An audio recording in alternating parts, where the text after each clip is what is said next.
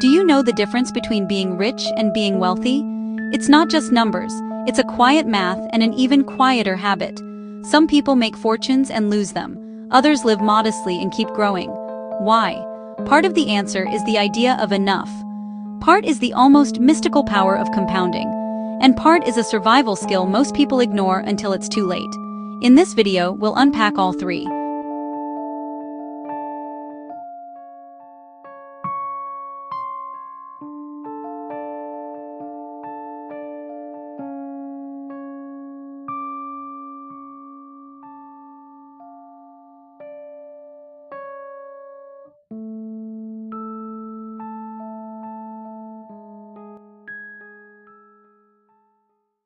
In this video, we'll walk through Chapter 3, Never Enough, Chapter 4, Confounding Compounding, and Chapter 5, Getting Wealthy versus Staying Wealthy.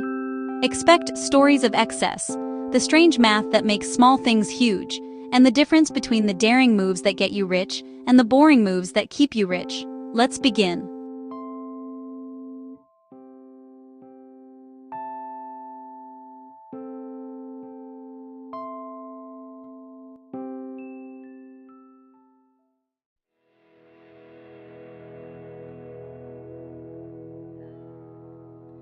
People who never say enough are easy to spot.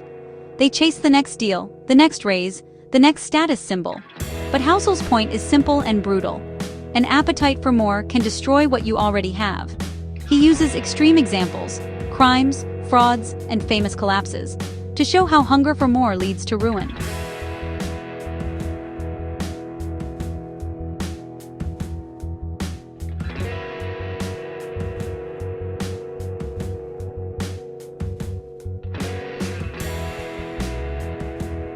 Chapter 3 is not about shaming ambition.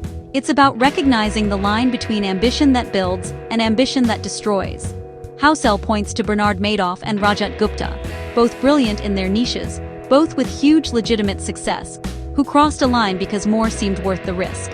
They had what many would call enough, and yet they kept pushing. That extra push didn't add freedom. It cost everything.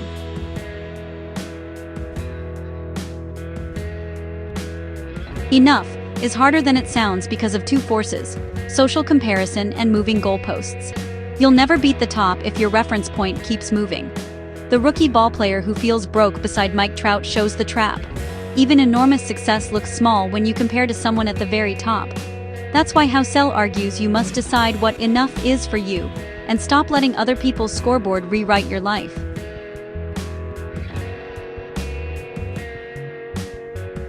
The cost of not having enough is practical. It shows up as broken relationships, criminal acts, and catastrophic risk-taking. Long-term capital management, a firm full of brilliant people who were wealthy on paper, risked so much in pursuit of slight edges that they nearly collapsed the markets in 1998. Why? Because the desire for more made them willing to risk what they really needed. Housel's point: some things are never worth risking, no matter the upside.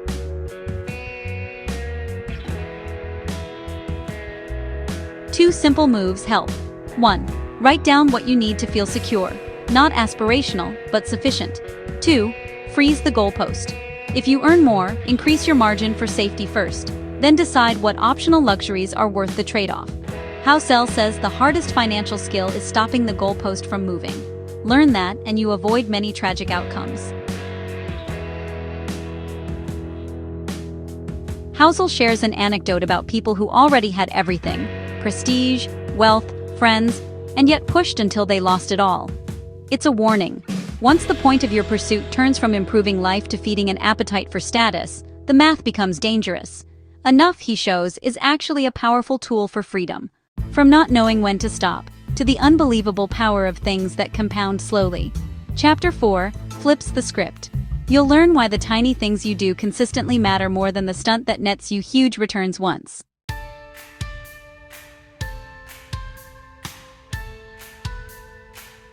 Compounding is weird. It's not just interest on interest. It's a kind of time magic. The longer you give something to grow, the more dramatic the results. And because it's exponential, not linear, it's easy to totally misjudge how big little things can become. Housel shows examples from technology and investing to make the point. Things that look small early on explode into staggering outcomes later.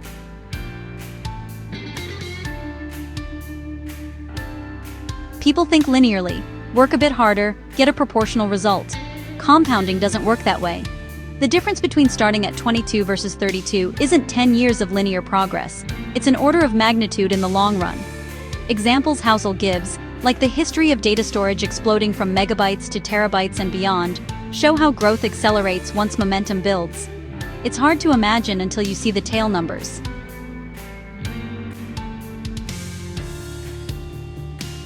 Housel points to Buffett not because he's clever in every trade, but because he survived and compounded for decades. Buffett's advantage wasn't a single brilliant bet. It was the ability to keep compounding. Persistence, patience, and the discipline to avoid ruin are the scaffolding compounding needs. If compounding is the engine, survival and time are the fuel and the road.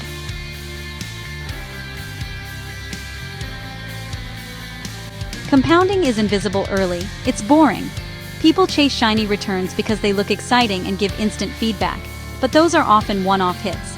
The steady, repeatable approach that gives modest returns and you can maintain, that's the compounding machine. Housel suggests a brutal idea. The best investment book might be titled, "Shut Up and Wait," because often the smartest move is the one that doesn't feel smart today, but pays off massively tomorrow. Start early and keep going. Avoid actions that can stop compounding. Bankruptcy, ruin, temptation to liquidate at the worst times. Favor strategies you can stick with through boredom and crisis. Measure progress in decades, not days. Housel tells the story of Rick Guerin, smart, early partner to Buffett and Munger, who lost his long-term edge by being in a hurry and using leverage. He sold Berkshire shares under pressure and disappeared from the stage. Smart people who can't stay are a perfect example of why compounding needs patience more than it needs genius. You can get rich one way, big bets and big wins, but staying wealthy is a different skill. Chapter 5 is about exactly that, getting wealth versus keeping it.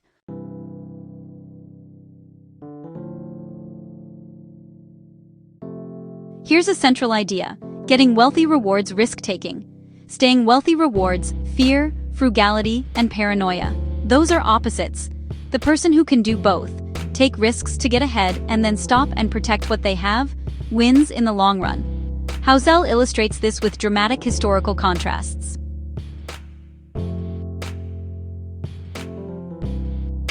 Housel revisits the 1929 crisis. Jesse Livermore made and lost fortunes in a dramatic arc. Abraham Germansky, who had prospered in the Roaring Twenties, was ruined by the same market that momentarily crowned Livermore king. Both men were skilled at getting wealthy, both failed at staying wealthy. Their stories underscore survival as the single most important element of long-term money success.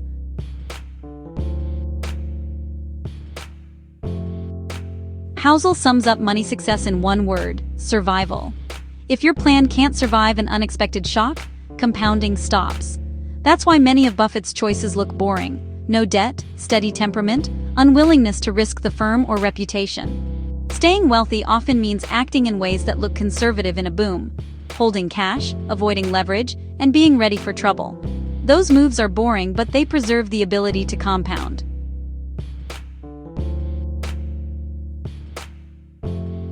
Getting wealthy rewards optimism, risk, and aggression.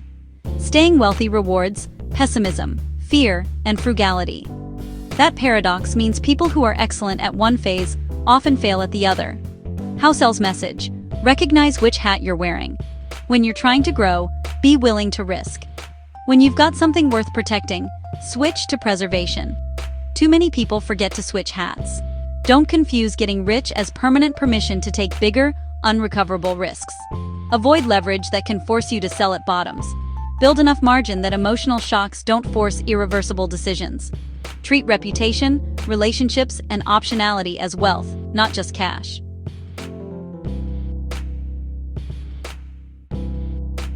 Housel notes a sobering fact. Many companies and people who reach the top don't stay there. The Forbes 400 has significant turnover. Many once powerful firms lose value over time. This is a pattern, not an anomaly. The lesson: design your life in capital so that you can survive long enough to let compounding, prudence, and time do their work. Decide enough. Ambition is useful. Moving goalposts are deadly. Freeze a personal enough and protect it. Compounding is counterintuitive. Small, consistent advantages over long periods beat flashy one-off wins. Start early and avoid actions that stop the clock. Getting rich, staying rich. Growth needs risk. Preservation needs fear. Master the switch from aggressor to guardian. Survival is non-negotiable. If you can't survive shocks, compounding halts. Avoid ruin and preserve optionality. Which of these strikes you hardest? The idea of enough, the quiet power of compounding, or the survival-first switch? Tell me in the comments. I read them and I'll reply. If this helped you, like and subscribe for more breakdowns. Next up, we'll dive into Chapter 6, Tails You Win, where Housel explains how a tiny number of events produce most outcomes, and what that means for your strategy. Don't miss it.